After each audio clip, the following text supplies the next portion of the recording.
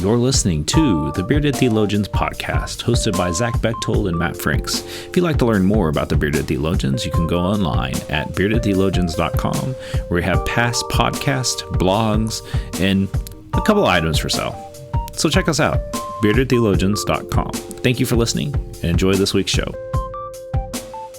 You're listening to the Bearded Theologians podcast, hosted by Matt Franks and Zach Bechtold. This week on the podcast, we're going to take a look at the gospel reading for this week in the lectionary, and it's Luke 12, 13 through 21. And Zach, as you dive into that, what speaks to you? Well, it's always a fun parable to read and go through. It's the parable of the rich fool. It's this guy coming to Jesus and saying, how do we divide this up? How do we divide our father's estate up between me and my brother? And Jesus simply replies, friend, who made me judge over you to decide such things as that? Which basically, why are you asking me? I have no stake in this. This is not what I do. Okay, and so Jesus warns them with, beware, guard against every kind of greed. Life is not measured by how much you own. And then he tells the story about a rich man with a fertile farm. He said to him, the farmer says to himself, what should I do? I don't have room for all my crops. And then he said, I know, I'll tear down my barns and build bigger ones. And I'll sit back and say to myself, my friends, you have enough stored away for years to come. Now take it easy, eat and drink and be merry. But God said to him, you fool, you will die in this very night. Then who will get everything you worked for? You as a person, is a fool to store up earthly wealth, but not have a rich relationship with God. And so Jesus has asked the question of, what do we do? How do we divide this stuff up? And we find that still. How many folks and families have been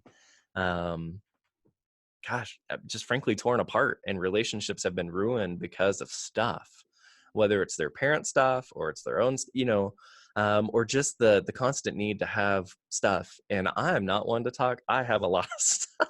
I've got a house and a garage and an office full of stuff. And yet, at what point can I walk away from it and it be okay? In this case, these two brothers are fighting over stuff. And Jesus is essentially saying, what's more important here? The fact that you get your stuff, or the stuff you feel you deserve, or the relationships you have with each other and with God? And the parable about the farmer is to continue that on. Hey, this farmer has enough. And it's not, the answer is not to build bigger storage to have more. It's to have what you need and then continue on. To share the rest, to give the rest, to do. It doesn't. It's that old adage of, if you die, you can't take it with you, right? And that's essentially what Jesus says here. If you die, it's still going to be there, and you don't get it. In a lot of ways, you don't get it. And even today, we still struggle with that of collecting and hoarding things that don't really matter, and then we fight over them. Or we find ourselves falling into that jealousy of, well, they have this and I don't. How do I get that? And it's clearly something we have struggled with for a long, long time in human nature, of hoarding these things up and making sure we have more than enough. And Jesus simply says, hold on, what's more important here? Which is a hard thing to answer, because we like our stuff.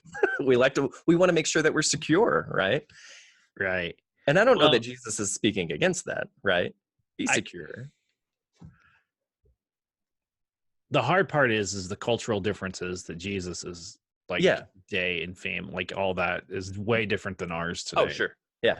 And so when you take that into account, you kind of like, oh man, like this is even rougher it's actually harder on us now. Oh, for sure. Because the way that we live now versus, then. I really do believe that. I think that this is even a harder charge for us now, mm-hmm.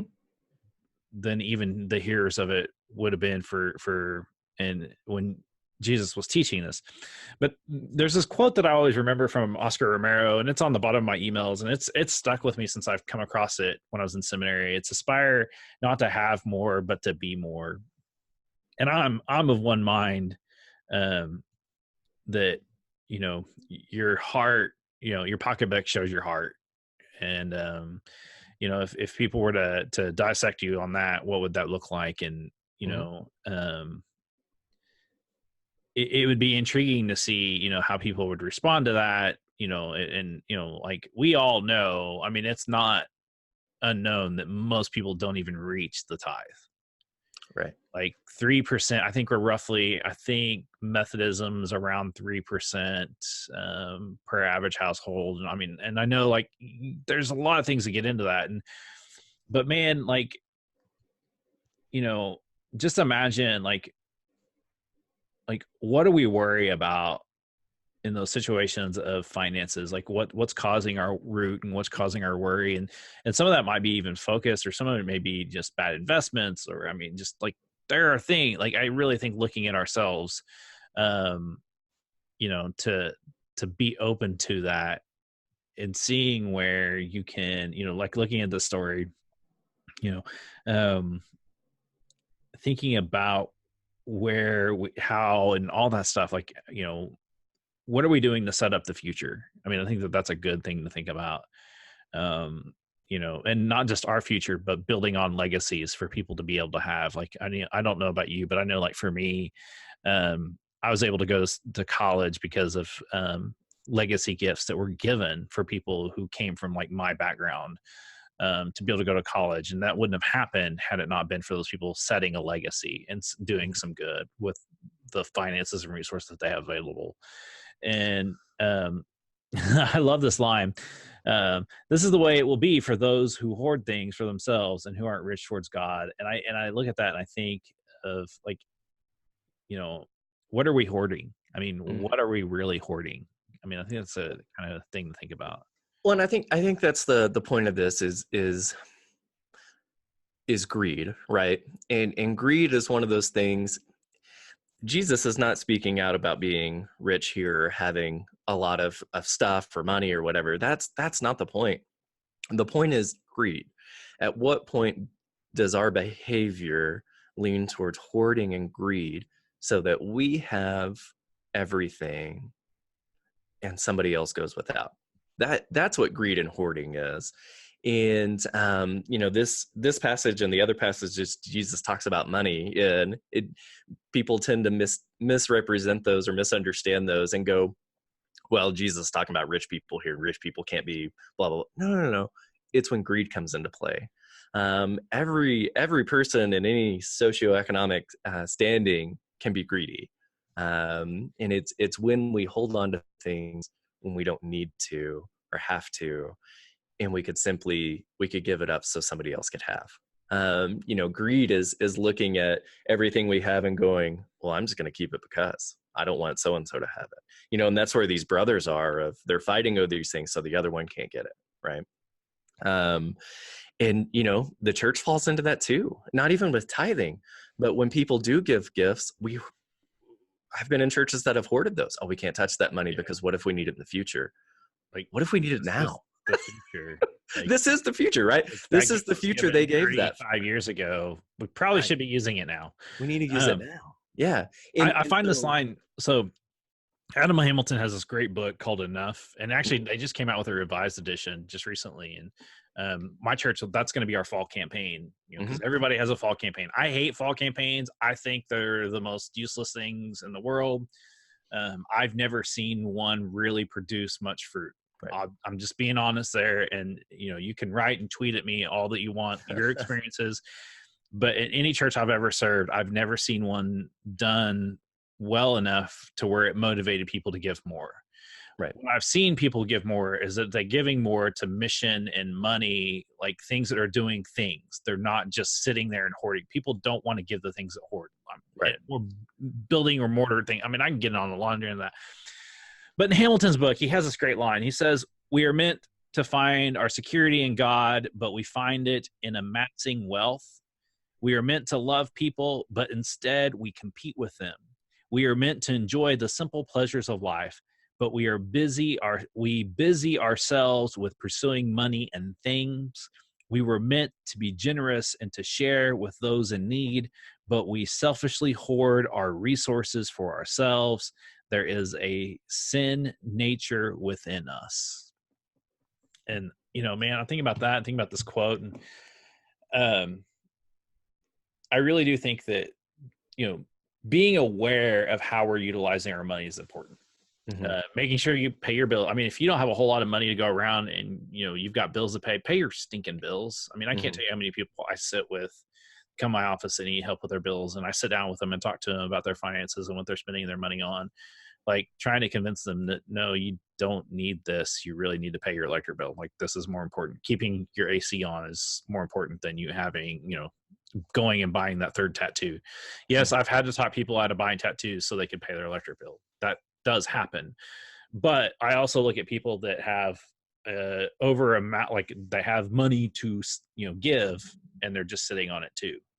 And not doing any good with it as well. And and I think there's a lot of fear that goes into that too, especially in the last, for the Depression era, right? Absolutely, what that generation witnessed through the Depression, for sure, totally reasonable, right?